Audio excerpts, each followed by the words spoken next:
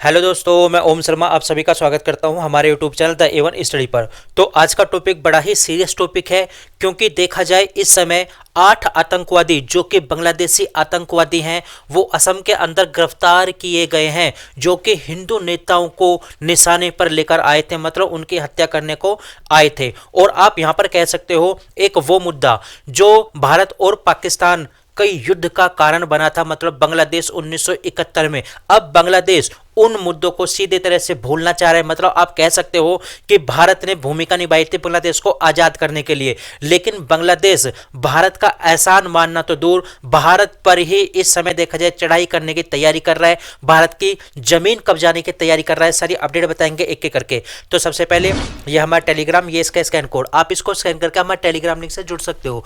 यदि यहाँ से स्कैन नहीं होता तो वीडियो के डिस्क्रिप्शन में सभी लिंक दिए होते हैं, चाहे टेलीग्राम हो, व्हाट्सएप हो या इंस्टाग्राम, आप हमसे कनेक्ट हो सकते हो। तो जैसे कि आप लोगों को पता है कि इस समय बांग्लादेश में हिंदुओं के ऊपर लगातार हमले हो रहे हैं, वहां पर मंदिरों पर अटैक किया जा रहा है, जो वहां पर छोटे छोटे बच्चे हैं, जो वहां पर बुजुर्ग हैं, जो भी हिंदू हैं, उनको सभी को निशाने पर लिया जा रहा है, किसी को नहीं बख्शा जा रहा है, उनके घरों में आग तक लगा दी जा रही है। और ये जो लगातार हमले हो रहे हैं हिंदुओं के ऊपर, ये वहां पर रुकने का बिल्कुल भी नाम नहीं ले रहे। आप सबसे पहले ये जो रिसेंटली न्यूज आई है, सबसे पहले ये न्यूज देखिए कि 3 बांग्लादेशी जो हिंदू टेंपल थे बांग्लादेश के अंदर, उनको निशाने पर लिया गया है और लगभग 8 मूर्तियां वहां पर तोड़ दी गई है, वो भी 2 दिनों के अंदर। और ये तो वो डाटा है जो निकल के सामने आ रहा है, जो निकल के सामने नहीं आ रहा वो तो आप सोच सकते हो कितना ज्यादा होगा, कितना ज्यादा वहां पर हिंदुओं की बुरी हालत है बांग्लादेश के अंदर। लेकिन बांग्लादेश के द्वारा इस पर कोई भी एक्शन नहीं लिया जा रहा।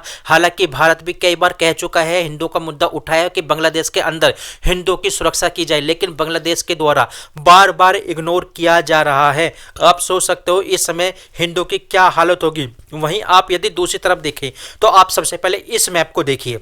ये जो मैप है बांग्लादेश का मैप है, और इस मैप के अंदर भारत की बहुत सारी जमीन है जिसको कब्जा करने की बात की गई है बांग्लादेश के द्वारा। और बांग्लादेश में किसके द्वारा? वो व्यक्ति, वो मास्टरमाइंड जो बांग्लादेश में सत्ता परिवर्तन का कारण बना। आप कह सकते हो मोहम्मद यूनिस का जो सबसे चहेता है, जिसका स्वागत खुद यूएसए के अंदर किया गया था। जिस समय मोहम्मद यूनिस वहां पर गए थे यूएसए के अंदर, और बाइडेन द्वारा उनको गले भी लगाया गया था। मतलब उसके द्वारा ये बात बोली गई, ट्वीट किया गया कि भारत की जमीन को कब्जा कर लिया जाए। जैसे ही ये ट्वीट काफी ज्यादा ट्रेंड करने लगता है तो भारत के सामने ये आता है, तो भारत के द्वारा उस पर फटकार लगाई गई और तुरंत ही इस ट्वीट को डिलीट कर दिया गया। आप यहां पर ये देखिए कि इंडिया रजिस्टर स्ट्रोंगली प्रोटेस्ट, मतलब इंडिया ने स्ट्रोंगली इसका विरोध किया है कि ढाका को इस प्रकार के जो मैप है सो नहीं करने चाहिए, भारत की जमीन को कब्जा करने की बात नहीं बोलनी चाहिए, ये काफी ज्यादा गलत है। हालांकि भारत इस समय देखा जाए अब भी बांग्लादेश के ऊपर एक तरह से आप कह सकते हो कि दयापूर्ण उस पर बयान दे रहा है, लेकिन भारत ने यदि अपनी नीति बदल दी तो आप कह सकते हो कि बांग्लादेश का नामो निशान मिट जाएगा।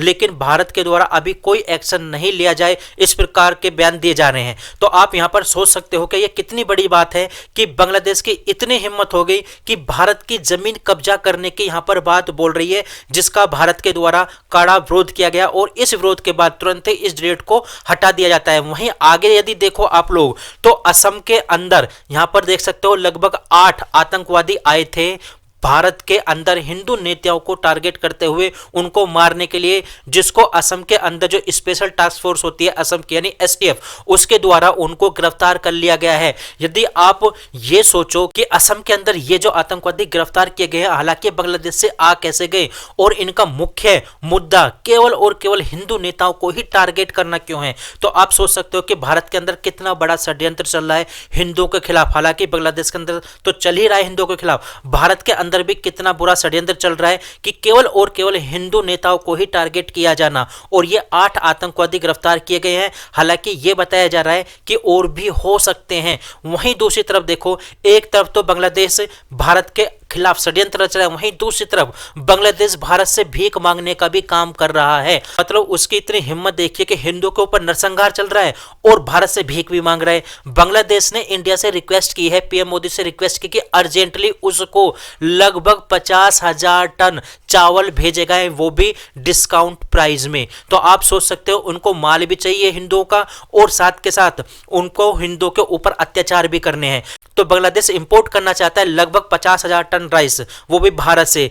हालांकि भारत की तरफ से अभी तक कोई जवाब नहीं आया है, लेकिन हो सकता है कि भारत इसको भेजे, क्योंकि बांग्लादेश के अंदर इस समय देखा जाए काफी ज्यादा स्टॉक कम हो चुका है चावल का, और ये प्राइस बोला डिस्काउंट के साथ। मतलब जो इस समय रेट चल रहा है लगभग 477 499 पर टन डॉलर चला, लेकिन 456 के आधार पर ये खरीदना चाह रहे हैं।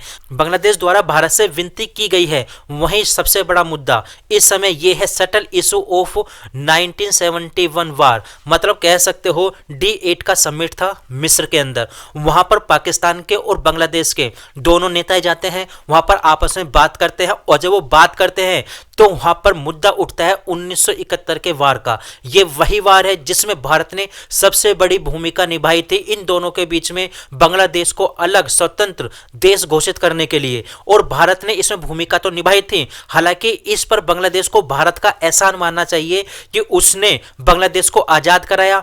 पाकिस्तान ने बांग्लादेश के अंदर कितना बुरा हाल कर दिया था, वहां पर देखा जाए जो वहां पर बांग्लादेशी थे उनके ऊपर इतना अत्याचार किया गया था, इतना बुरा हाल कर दिया गया था, वहां की महिलाओं तक को नहीं छोड़ा था पाकिस्तान की सेना के द्वारा। और तब भी बांग्लादेश इस मुद्दे को उठा रहा है कि बांग्लादेश 1971 के वार जो हुआ था, इस मुद्दे को उठा रहा है कि वो 1971 की जो भी यादें हैं, जो भी इशू हैं, उनको भूलना चाह रहा है, और पाकिस्तान और बांग्लादेश दोनों एक होना चाह रहे हैं। मतलब कह सकते हो एक तरह से भारत को चिढ़ाने के लिए, वो भारत को उकसाने के लिए पाकिस्तान और बांग्लादेश एक दूसरे के करीब आ रहे हैं। आप लोगों को यह भी याद होगा कि कुछ समय पहले बांग्लादेश को पाकिस्तान के द्वारा हथियार भेजे गए थे, ड्रोन तक भेजे गए थे, भारत की सीमा तक लगा दिए गए थे कि निगरानी करो।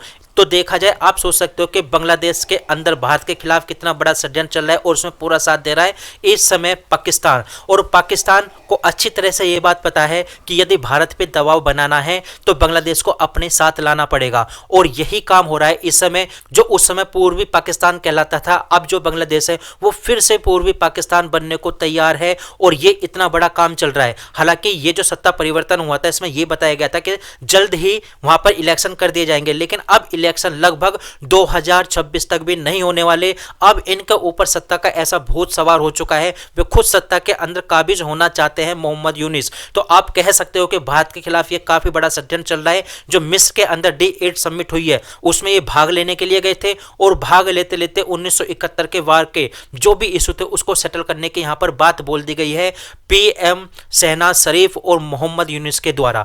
तो फिलहाल हमारे पास सही अपडेट थी जो बांग्लादेश के अंदर हो रहा है हिंदुओं के ऊपर अत्याचार, पाकिस्तान बांग्लादेश फिर से एक हो रहे हैं, और खुद बांग्लादेशी भारत के अंदर आ रहे हैं, बांग्लादेशी जो टेररिस्ट है भारत के अंदर आ रहे हैं हिंदू नेताओं को टारगेट करने के लिए। तो फिलहाल हमारे पास ये अपडेट थी। आप लोग कैसे लगी जरूर बताना, लाइक सब्सक्राइब करना बिल्कुल मत भूलना। Thank you.